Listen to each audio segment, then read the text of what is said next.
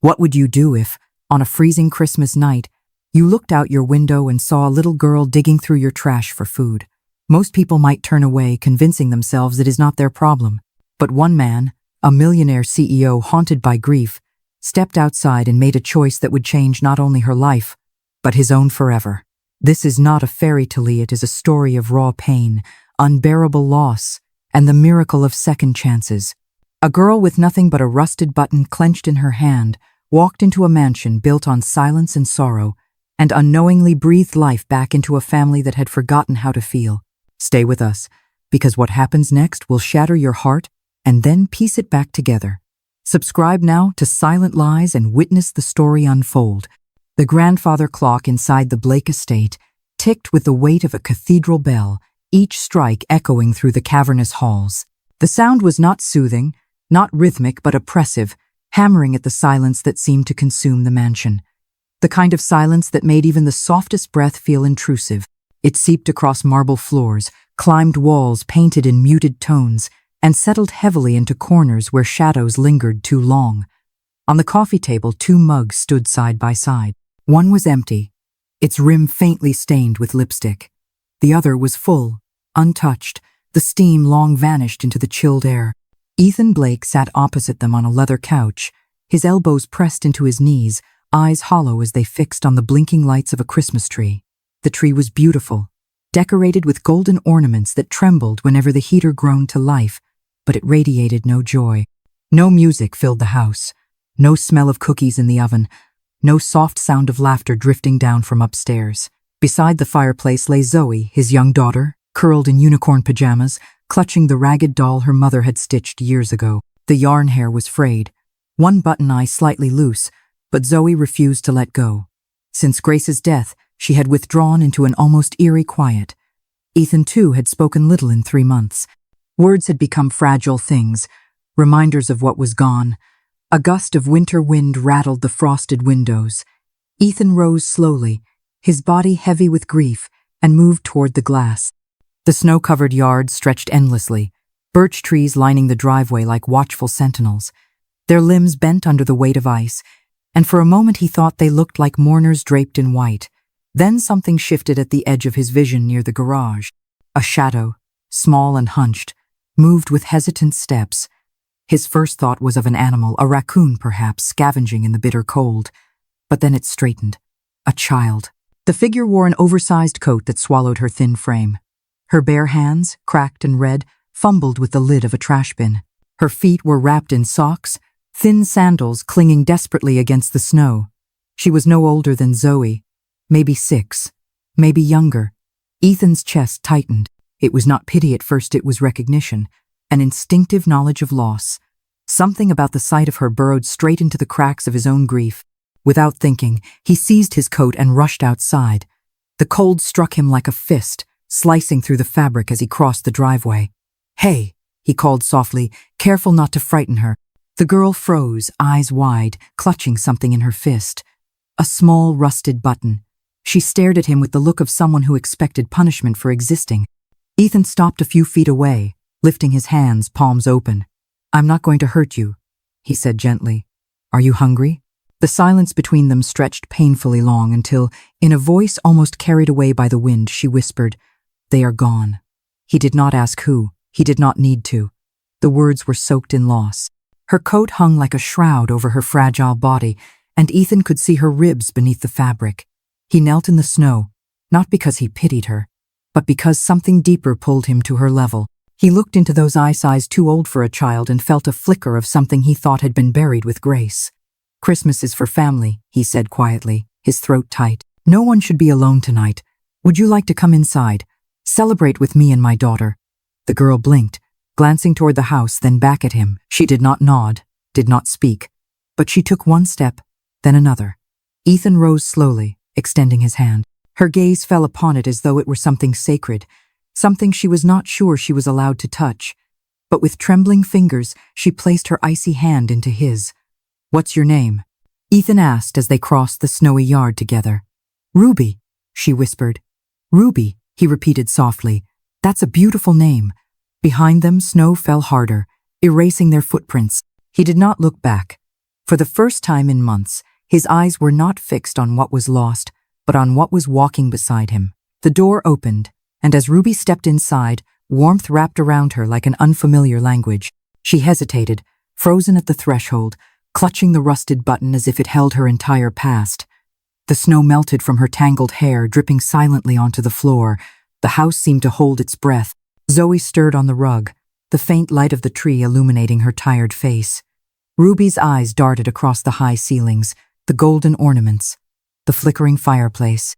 She stood rigid, as if expecting to be told she was not welcome. Ethan closed the door carefully, cutting off the howl of the storm outside. In that fragile moment, 3 lives intersected. One man who had forgotten what hope felt like, one child who had stopped speaking out of grief, and another who clutched a button like it was the last proof of her mother's love. None of them yet knew how much the night would change them, but the silence that had once suffocated the Blake estate had finally been broken not by words, but by the quiet arrival of a child who carried both loss and possibility in her tiny hands. The warmth of the Blake estate pressed against Ruby like a force she did not know how to accept. For a long moment she did not move, frozen at the threshold with snow clinging to her tangled hair. The fire crackled in the hearth, casting an amber glow across the walls, but to her it might as well have been a dangerous blaze waiting to consume. She kept her eyes wide, darting to the staircase, to the glittering ornaments of the Christmas tree, to the shadows stretching across the marble floor. Her feet, wrapped in sodden socks, left damp prints on the rug. Ethan closed the door slowly, careful not to startle her. He could see her breathing quicken, her small chest rising and falling beneath the oversized coat that nearly swallowed her. She clutched the button tighter, her knuckles white, as if letting go meant losing the only piece of her world that remained. For a moment he thought she might bolt back into the snow, and the thought made his throat tighten. "You are safe here," he said softly, his voice stripped of authority, of the sharpness that had carried him through boardrooms and contracts. Now it carried only a plea. She nodded faintly, but did not take a step further. She stood there like a stray animal, still unsure if the cage had truly been opened. Ethan moved into the kitchen, giving her space. His hands trembled as he reached for the old tin of cocoa powder Grace used to love. He had not made hot chocolate in months, not since the accident, but now his fingers measured out spoonfuls with a kind of reverence. He poured milk into a saucepan, listening to it hiss faintly as it warmed, and reached into the cabinet for mugs. His hand hesitated, pausing on one in particular, red with white snowflakes. It was Grace's favorite. He almost pulled back, almost chose a plain cup, but something in him refused to let this moment be ordinary. When he returned to the doorway, Ruby was still rooted in the same place. She had not moved an inch, her eyes locked on the fireplace as if it might betray her. Ethan crouched, holding out the steaming mug. The scent of chocolate and marshmallows curled into the air between them. "Careful, it is warm," he murmured. She blinked, then slowly extended her free hand. The other never loosened around the button. Her fingers brushed the ceramic awkwardly before wrapping around it. She lifted it toward her lips, hesitation carved into every movement. The first sip was tentative, a test. The second, deeper, left a faint shimmer in her eyes that looked almost like relief. Ethan exhaled. The smallest victory. Then came the soft pad of footsteps. He looked up to see Zoe at the top of the stairs, her unicorn pajama sleeves covering her hands, her hair mussed from sleep. She stood still, her ragged doll dangling by one arm. Her gaze found Ruby instantly, the unfamiliar figure at their door. The 2 girls stared at one another across the silent space. Ruby stiffened, retreat flickering across her body language, but Ethan placed a gentle hand on her shoulder. "It is okay," he whispered. Zoe descended one step, then another, until she reached the bottom. She clutched her doll tighter and stood only a few feet away from Ruby. Neither spoke, neither moved. It was Zoe who broke the stillness. She looked down at her doll, then back at Ruby, and without a word, she held it out. Ruby blinked, uncertain. The doll was patched and crooked, its yarn hair frayed, but it was clearly loved. "That is your doll," Ruby whispered. Zoe nodded. "You can hold her if you want." Ruby shook her head. Zoe stepped closer, her voice small but steady. "She is not scared of strangers, she just gets shy sometimes." Ruby's lips twitched, almost a smile. She reached out, not to take the doll, but to touch it softly with one finger, as if testing whether it was real. Zoe's smile curved crooked but warm. She pushed the doll closer, and this time Ruby accepted it. Their hands brushed for a fleeting moment. That simple contact carried more weight than words ever could. Ethan felt it like a shift in the air. His chest swelled, tears threatening as he watched the two girls stand side by side, the flickering tree lights painting their faces in gold. For the first time in months, something other than grief cracked him open. It was not pain this time, it was hope. Zoe lowered herself to the rug and sat cross-legged, patting the space beside her. Ruby hesitated, then looked up at Ethan. He nodded, his throat too tight to speak.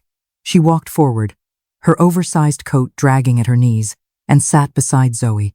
She still held the mug of cocoa in one hand, the doll in the other, and the button remained hidden in her fist like a secret no one could pry away. The room shifted. The silence no longer felt suffocating. It felt alive, like something fragile beginning to grow. Ethan lowered himself into the armchair that had once belonged to Grace. He did not say a word. He simply watched as two little girls, strangers only minutes ago, sat side by side in the glow of a Christmas tree. Hours passed with cautious play, shy exchanges, and small sips of cocoa. Ruby's body began to relax, the tension in her shoulders easing by a fraction. At one point, Ethan heard Zoe whisper something he could not catch, and Ruby's lips curved just enough to show it was almost a smile. That faint flicker lit the darkest parts of the room brighter than any ornament could.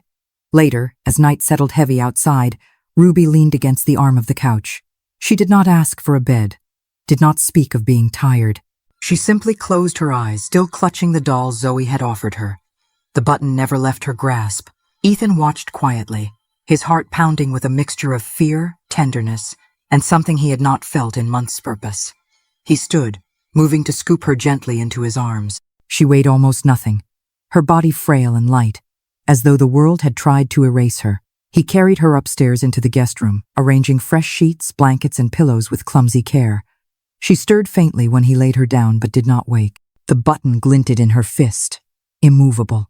Ethan sat beside her, listening to the shallow rise and fall of her breathing. The house creaked softly around him, Zoe's voice faint from the living room below. He reached forward, brushing a stray hair from Ruby's forehead. A sheen of sweat clung to her skin. His frown deepened. Her forehead was too warm, dangerously warm. The weight of the night shifted again, from fragile peace to urgent worry. He whispered, almost to himself, "Stay with me, sweetheart." The fever came like an invisible storm, stealing into Ruby's small body as she slept. At first, Ethan thought it was nothing more than the warmth of blankets pulled too tightly around her fragile frame.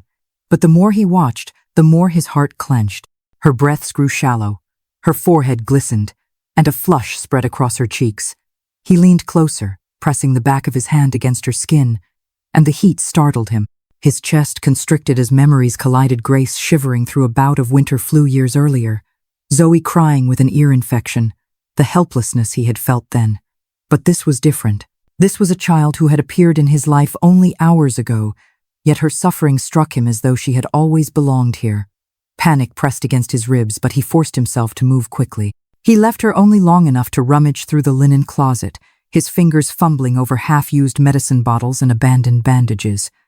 A thermometer finally emerged from the clutter. Kneeling again at her side, he slipped it gently beneath her arm, whispering soft reassurances she was too far gone to hear. The faint beep pierced the silence. 101.6. Too high. Damn it, he muttered under his breath. His hands shook as he pulled out his phone and dialed the familiar number of Dr. Clayman, the family physician who had once cared for both Grace and Zoe. The doctor's voice was groggy, heavy with sleep, but steadied when Ethan explained. "I found her outside. She is about 5 or 6, homeless, malnourished. She has a fever just over 101. The line went quiet for a second before the doctor spoke again. "Hydration. Tylenol if you have it. Lukewarm compress. Watch for dehydration. If it spikes above 103, take her to the ER immediately." Ethan swallowed the instructions whole, repeating them silently until they etched themselves into his mind. "Thank you," he whispered before ending the call. He moved with determination now, collecting a cool washcloth from the bathroom sink and wringing it out. He laid it gently across Ruby's forehead. She whimpered faintly but did not wake, her tiny fingers tightening around the rusted button in her palm. Ethan tried to ease it from her grip, thinking it might bring her comfort to rest freely, but the moment he touched her hand, Her eyes fluttered beneath closed lids. Her knuckles whitened, her entire body resisting. He stopped instantly, whispering, "Okay, sweetheart, hold on to it." Settling back in the chair beside her bed, he watched the moonlight creep through the curtains, painting silver streaks across the carpet. Ruby's face softened slightly as the medicine he had managed to give her began to take hold. Outside, the storm howled, branches scratching against the windows like skeletal fingers. But inside, the only sound was her breathing and the faint hum of the heating vent. Time blurred. Ethan dozed lightly, jolting awake every time Ruby shifted. At one point, Zoe peeked through the doorway, clutching a piece of folded paper in her small hands. "Daddy," she whispered, stepping closer. He took the drawing carefully and unfolded it. Crayon lines, jagged but intentional, revealed 3 figures: a tall man in a suit, a little girl with yellow scribbles for hair, and another smaller girl with brown hair and a giant button in her hand. A red heart floated above them. Above the shaky figures, in uneven letters, it read, "Us." His throat closed. He pulled Zoe into a hug, whispering, "It is beautiful." She leaned into his shoulder, murmuring, "Can we keep her?" He had no answer, only the truth pressing against his ribs. "Not yet," he whispered, but his heart already knew otherwise.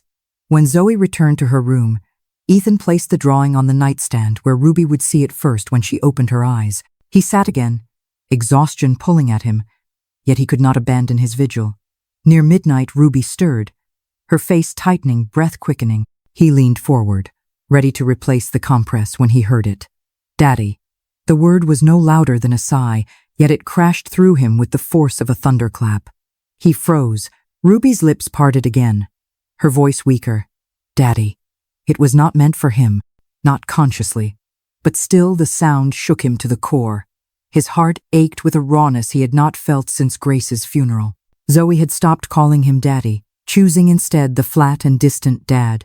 And now here was this child, a stranger only hours before, whispering the word like it was her last tether to safety. His hand trembled as he placed it gently over hers, button and all. "I am here," he whispered. "You are safe. I have got you." Ruby's breathing slowed, her face easing as if she believed him. Ethan sat motionless, afraid to break the fragile trust that had blossomed in that fevered moment. The world outside fell silent, the snow easing into stillness. Inside that small guest room, grief and hope coiled together, binding him to the child who lay trembling in borrowed sheets. He did not sleep that night. He sat upright, watching her chest rise and fall, repeating silently to himself the promise he had spoken aloud. Not tonight. Not ever. Morning light came softly into the Blake house, spilling through curtains in thin golden stripes. For the first time in months, it was not unwelcome. Ruby's fever had broken during the early hours, leaving her face pale but calm, her grip on the rusted button still firm though no longer desperate.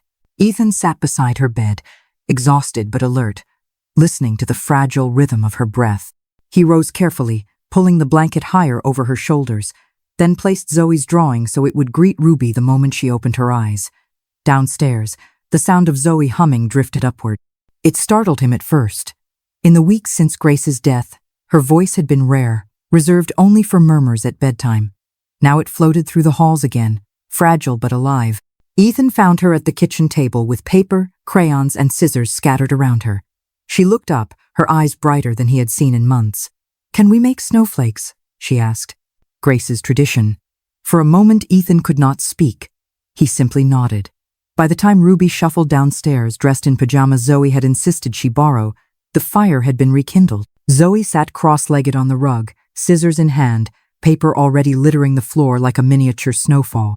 Ruby hesitated in the doorway, her oversized sleeves brushing against her hands, the button tucked carefully into her pocket. Ethan offered her a smile. "Snowflakes," he said gently. "They are not as cold as the real kind." Ruby nodded, still cautious, and sat beside Zoe. The two girls began folding paper, their hands moving with different rhythms, Zoe cutting wildly, leaving odd shapes that looked more like jellyfish. Ruby cutting slowly, deliberate, her snowflakes symmetrical and fragile. The room filled with small bursts of laughter, shy from Ruby, brighter from Zoe, until even Ethan found himself smiling. At one point, the girls pressed their snowflakes against the cold window glass, comparing them to the real ones drifting outside. Ruby whispered, This one looks like my mom's earrings. Her voice was small but steady. Ethan's breath caught. The room stilled. Zoe looked down at her doll, then quietly placed it between them, offering silent comfort. Ethan stepped into the hallway, gripping the doorframe to steady himself. Grace had worn earrings on Sunday mornings too, broken but sparkling all the same. Her voice echoed in his memory. Make Christmas magical for Zoe no matter what. He pressed his hand over his mouth, swallowing the ache. When he returned to the living room, the girls had decorated the mantel with paper snowflakes, balancing them carefully along the edge. In the center sat Zoe's drawing, taped into a handmade frame of cardboard and glitter. Beside it was something new. A second drawing. Rubies. 3 figures again: a tall man with dark hair, a little girl with a doll, and a smaller one with a button in her hand, a red heart above them. At the bottom, written in crooked letters, it read, "My new family." Ethan's knees weakened. He sat in Grace's old chair, unable to speak. Ruby noticed. She rose quietly, walked over, and handed him the drawing without a word. Her eyes searched his, waiting for a response. His throat tightened as he whispered, "I think you already are." Zoe clapped softly and leaned into Ruby's side. The 3 of them sat together by the fireplace, a fragile hush replacing the emptiness that had once haunted the house. That evening, after the girls had fallen asleep, Ethan stood at the door of Grace's art studio. The air still carried the faint scent of oil paint and eucalyptus. Canvases lined the walls, her last unfinished painting, sunflowers resting on the easel like a paused breath. His hand touched the stool she had used, the brushes still in a mason jar. The ache in his chest threatened to crush him, but he forced himself to breathe. She had always said every room should hold a story. Perhaps it was time this one gained a new one. The next day, Ethan rolled paint across the walls, hung string lights with Zoe's help, and carefully placed a sage green rug across the floor. By the 3rd day, the studio no longer looked like a place frozen in grief. It looked like a beginning. A bed with cozy linens, a writing desk decorated with gold star stickers Zoe insisted on, a small shelf filled with books. Above the headboard, Ethan glued wooden letters, RUBY. That evening, he guided Ruby upstairs, Zoe trailing behind with excitement too big to hide. A note taped to the door in Zoe's handwriting read, "For Ruby. No peeking." Ethan looked at Ruby. "Ready?" Her hands trembled, but she nodded. He opened the door, and light from the lantern spilled across her face. She froze, breath caught, eyes moving from corner to corner as though she could not trust what she was seeing. "This is mine?" she whispered. "All yours. Always," Ethan said, his voice breaking. Her hand opened slowly, revealing the button. "Can I keep it in here?" "You can put it wherever you want," he replied. She placed it carefully in the top drawer of the dresser, as if storing a treasure. Then she turned, eyes glassy, and threw her arms around him. Not a shy hug, not tentative but full. Ethan held her tightly, his own tears slipping silently down his cheek. In the hallway, Zoe grinned as though it were her own birthday. That night, the 2 girls lay side by side beneath the twinkle of fairy lights, dolls pressed between them. Ethan kissed their foreheads, switched off the light, and paused at the door. He heard Ruby's voice, soft but steady. "Is this forever? Or just until someone comes?" Ethan stepped closer, crouching beside her bed. "I hope it is forever, and I will do everything I can to make sure it is." Ruby nodded, gripping his hand. For the first time since he had lost Grace, Ethan believed his own words. The days that followed were unlike any Ethan could have imagined just weeks before. The once silent halls of the Blake estate now carried sounds that had been absent since Grace's death, footsteps darting across the upstairs landing, the hum of children whispering secrets, the faint bursts of laughter that at first startled him because he had forgotten what they sounded like. Ruby moved cautiously at first, her oversized pajamas brushing the floor, her button always tucked securely into her pocket as though it were the key to her very existence. But with each passing day, the tension in her shoulders loosened. Ethan transformed Grace's art studio fully into Ruby's room. The scent of paint still lingered faintly, but it was now mixed with something new: warm sheets, paper lanterns, books stacked unevenly on a small shelf. Above the bed, her name stood boldly in wooden letters, RUBY. Each evening, she would trace the letters with her fingertips as though reassuring herself they would not vanish overnight. Sometimes Ethan would catch her whispering her name softly, as though testing whether the house had truly accepted her.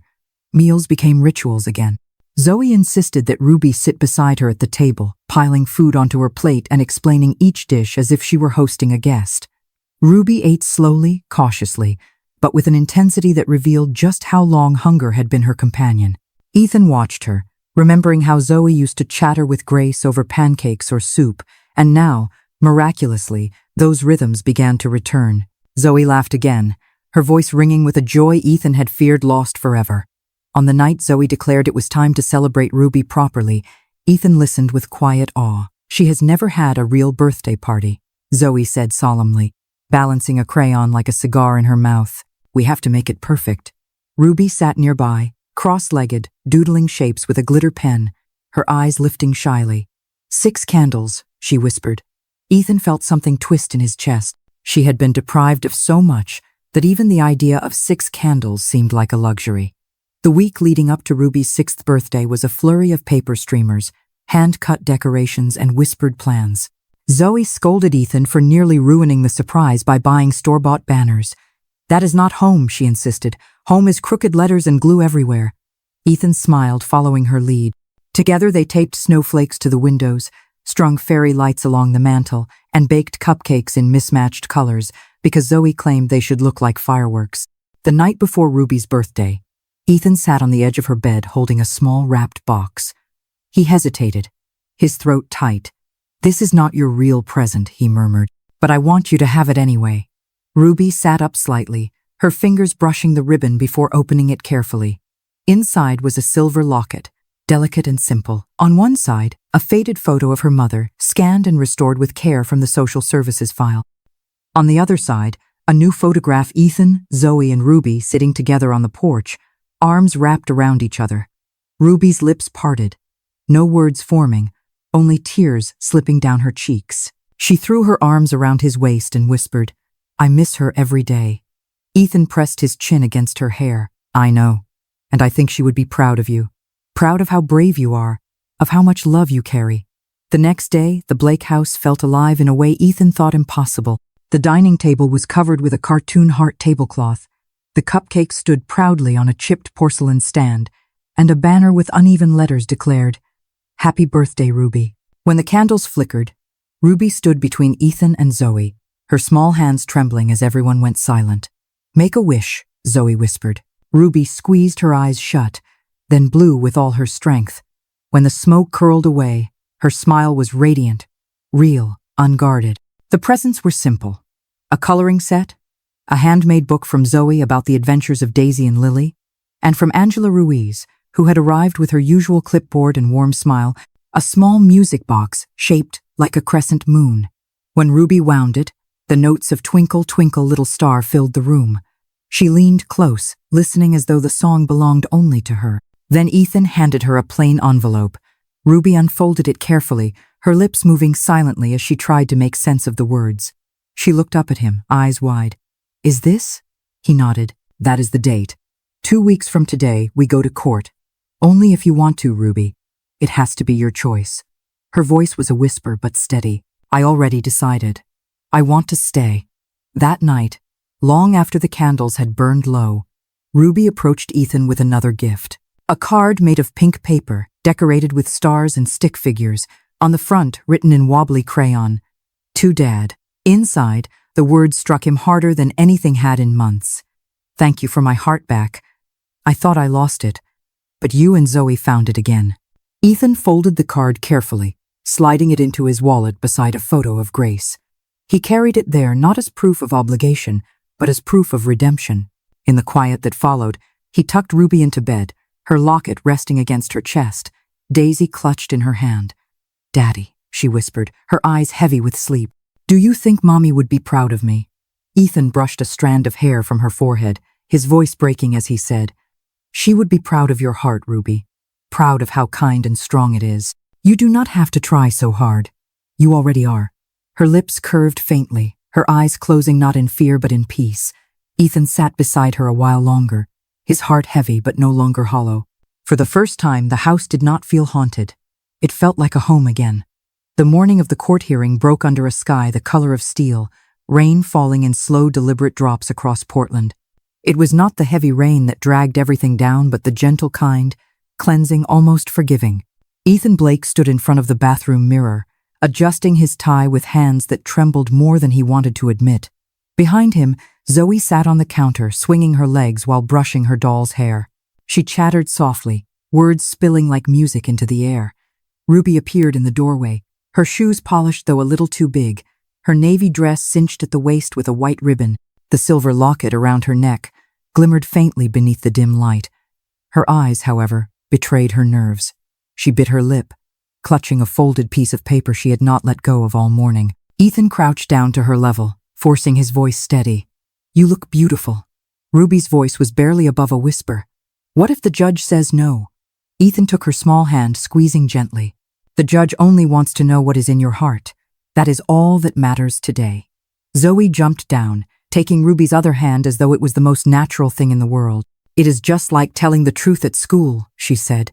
"You already know the answer." The courthouse loomed with quiet authority, gray stone and echoing halls amplifying every step they took. Angela Ruiz was waiting outside courtroom 2B, dressed in a blazer, her familiar warmth softening the severity of the day. She crouched to Ruby's height. "Big day," she said gently. Ruby nodded, her grip tightening on the folded paper. Inside, the courtroom was not as cold as Ethan had feared. Judge Carolyn Reeves sat at the bench, glasses perched on her nose, her presence strong but grandmotherly. She looked up from the file in front of her and offered a small smile. "Hello, Miss Ruby. I hear today is very important for you." Ruby stepped forward slowly, unfolding the paper in her hands. She offered it to the judge, who leaned forward to take it. The drawing had been folded so many times its edges had softened. When the judge opened it, bright crayon colors spilled across the page. A house, 2 tall trees, 3 figures holding hands beneath a red heart, and a small dog curled at their feet. At the top, written in shaky letters, "My forever family." The courtroom grew still. Judge Reeves studied the picture before looking back at Ruby. "Do you know what adoption means?" Ruby nodded, her voice clear despite the quiver in it. "It means someone chooses you, and you choose them back." The judge's smile widened, her eyes softening. "And is that what you want?" Ruby turned to glance at Ethan, who gave her a slow, steady nod. She looked back at the judge. "Yes, ma'am. I want to stay forever." Judge Reeves shifted her gaze to Ethan. "Blake, do you understand the responsibilities of legal parenthood? To care for, protect, and love this child as though she were your own?" Ethan stood taller, his chest swelling with both fear and conviction. "She is my own." The words fell like a stone in water, rippling through the room. For a moment, silence held everything still. Then Judge Reeves reached for her stamp. "By the power vested in me by the state of Oregon, I hereby finalize the adoption of Ruby Elaine Carter Blake. Congratulations to your new family." The air seemed to release all at once. Zoe squealed, wrapping Ruby in a hug that nearly knocked them both over. Ruby had a real laugh, full and unguarded, the sound filling the courtroom like a bell. Angela dabbed her eyes discreetly while Ethan dropped to his knees, pulling both girls into his arms. His chest heaved, his throat thick. But for the first time in months, the tears spilling from his eyes were not born of grief. They were born of joy. Outside, the rain thinned to a drizzle, the clouds parting just enough for blue sky to break through. A photographer from Family Services snapped their picture on the courthouse steps. Ruby in the center, Zoe to one side, Ethan with his arms around both of them. Behind them, the courthouse towered like a cathedral. The camera clicked, sealing the moment as more than an image. It was proof of a beginning. That evening, back at the Blake estate, the fire burned bright.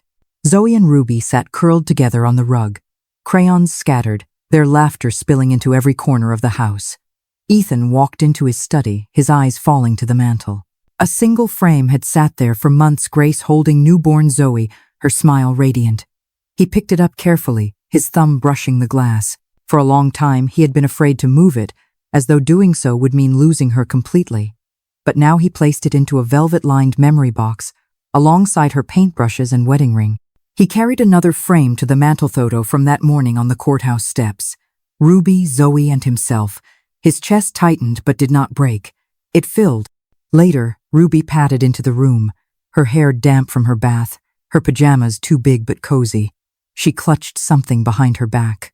"I made you a present," she said shyly. Ethan turned. "For me?" She nodded and handed over a small drawing framed in cardboard.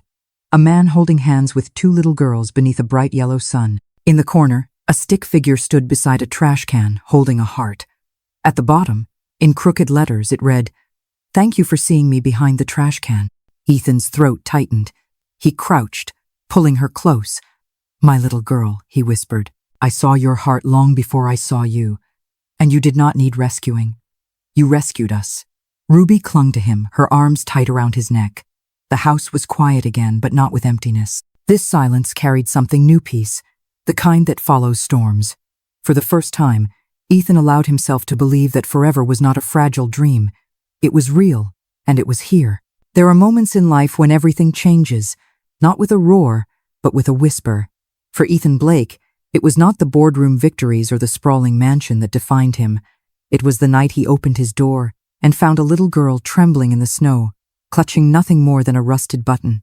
In that moment, grief collided with grace, and a man who thought his heart had turned to stone discovered that it could still break and still heal. Ruby did not come to him as a gift wrapped in light. She came from the shadows, carrying scars no child should bear. Yet in her silence, in her hunger, in her fragile courage, she gave back something Ethan did not believe he deserved: hope. Zoe, who had stopped laughing after losing her mother, found herself again by protecting someone else. Two broken children found each other, and in their connection, Ethan found his way back to love. The story was never about saving a child. It was about how a child saved a family.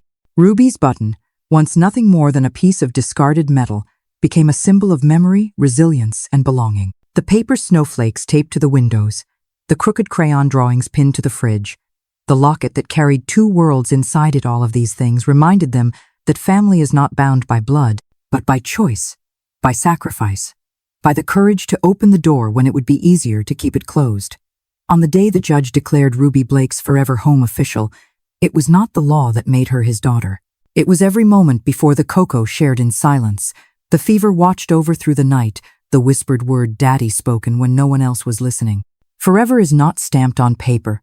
It is built in the small acts of love that hold people together when everything else tries to tear them apart. This story is not just about Ethan, Ruby, and Zoe. It is about all of us, about how loss can hollow us out, and how love, even when it arrives unexpectedly, can rebuild us piece by fragile piece.